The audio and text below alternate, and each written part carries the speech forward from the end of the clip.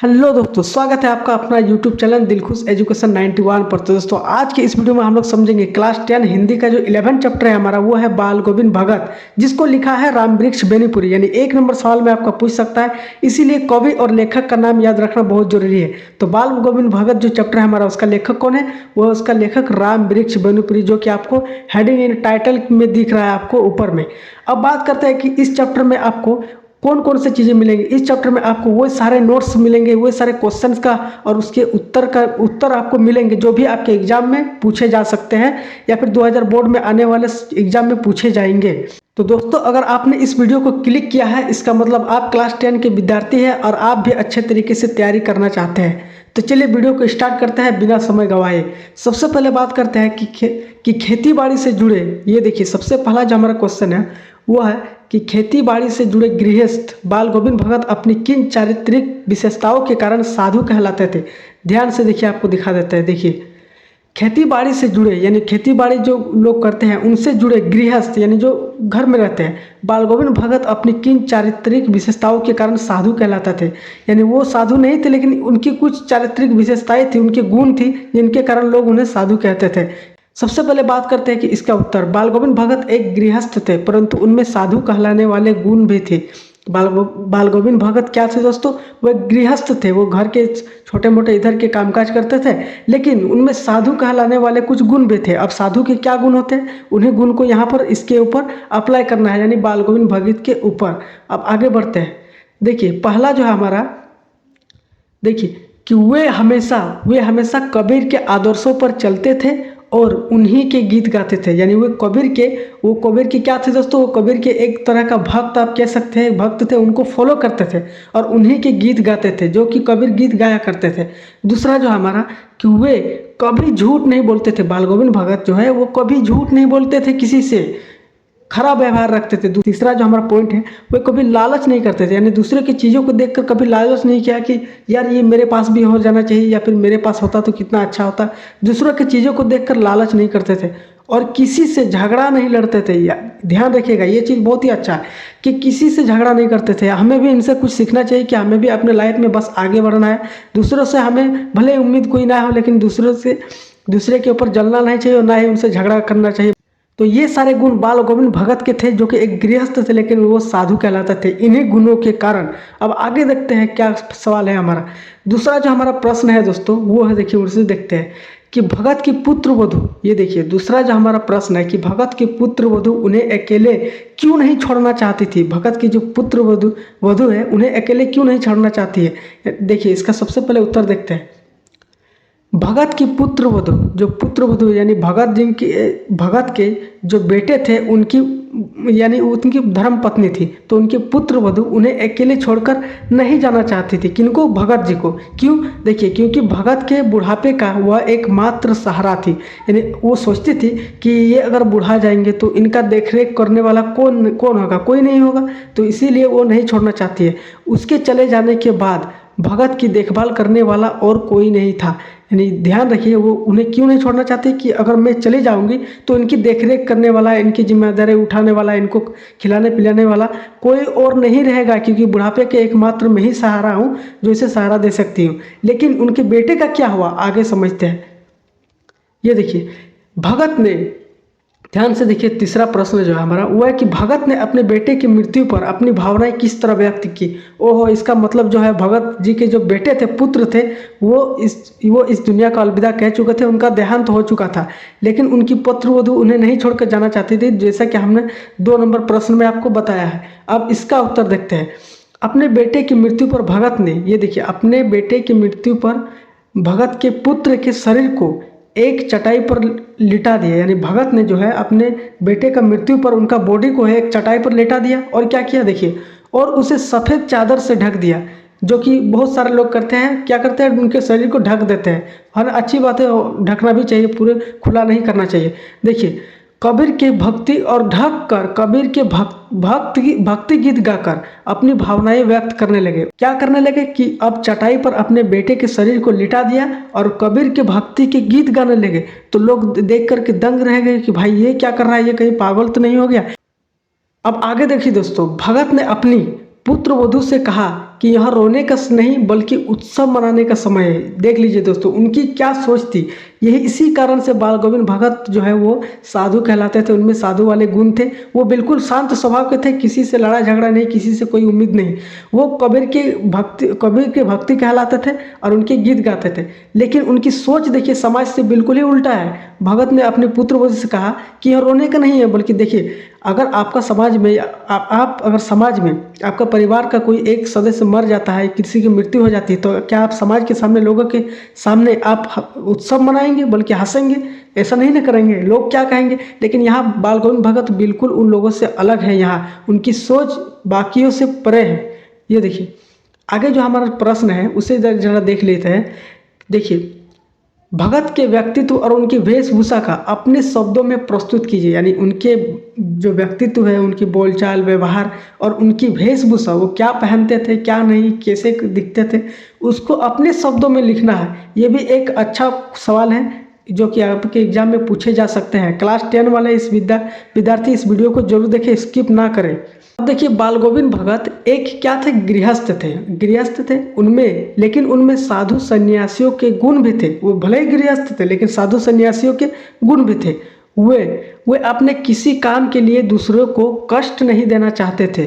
कि वो हमेशा सोचते थे कि अगर मैं कुछ काम करूं तो इसके लिए दूसरा कोई कष्ट ना झेले। उनकी ये सोच थी। तथा ये देखिए, बोल रहे हैं कि तथा बिना अनुमति के किसी दूसरे के वस्तु को हाथ नहीं लगाते थे। ओहो, देख लीजिए दोस्तों, कैसे चरित्र था उनका कि बिना किसी के इजाज़त लिए किसी दूसरे के सामान को देखना तो क्या, वो हाथ भी लगाना नहीं चाहते थे। देखिए, अब आगे देखिए, वे सर्दियों में अंधेरे रहते ही गंगा स्नान करके चले आते थे। सर्दियों के दिन में भी दोस्तों, आप सोच सकते हो जरा कि सर्दियों के मौसम में, ठंड में कितना ज़्यादा हमें ठंडा मिलता है, कितना डिग्री -सेल्सियस में जाता है कि हमें इतना ठंड लगने लगता है। कितने सारे हम लोग स्वेटर और कमर रजाई ओढ़ करके सो रहे होते हैं। वही वो अंधेरा रहते हैं फिर भी गंगा स्नान करके चले आते थे। ये उनकी वेशभूषा थी। और भजन गाना शुरू कर देते थे। नहा करके आके भजन गाना शुरू कर देते थे। अब आगे देखिए, वेशभूषा से ये साधु लगते थे। यानी उनकी जो वेशभूषा थी, साधु लगते थे। क्यों? क्योंकि उनके मुख पर, ये देखिए, उनके मुख पर सफ़ेद दाढ़ी थी। उनके जो मुंह पर, उनके जो फेस था, उनके चेहरे पर सफ़ेद सफ़ेद दाढ़ी था और सिर पर सफ़ेद बाल था। यानी पूरा बाल उनके पक गए थे, उनके सफ़ेद हो चुके थे। चाहे वो दाढ़ी का हो, चाहे वो उनके सिर पर जो लगे बाल पे हो, वो क्या हो गए थे? वो पक के सफ़ेद हो गए थे। इनके कारण वो साधु कहलाते थे, साधु जैसे दिखते थे। अब आगे देखिए, जो 5वां प्रश्न है हमारा कि बाल गोविंद भगत की दिनचर्या लोगों के अचरज के कारण क्यों थी?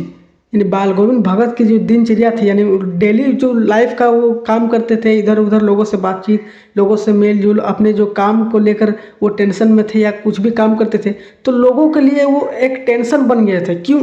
आगे समझते हैं। देखिए, इसका क्या कारण हो सकता है कि बाल गोविंद भगत की दिनचर्या लोगों के अचरज के कारण इसलिए बन गई थी क्योंकि वे आदर्शों का अत्यंत गहराई से पालन करते थे। वे आदर्श, किसी के भी आदर्शों पर चलते थे, लेकिन बहुत ही गहराई से पालन करते थे, बहुत उन्हें फॉलो करते थे।